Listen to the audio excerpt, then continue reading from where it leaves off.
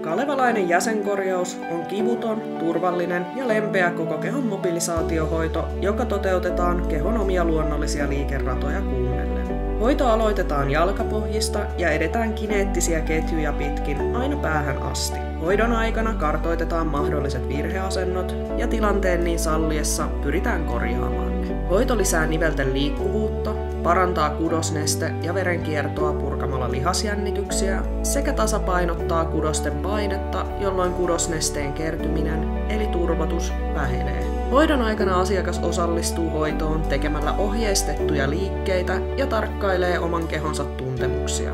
Hoidossa ei käytetä kiropraktisia menetelmiä ja hoito soveltuu lähes kaikille iästä riippumatta.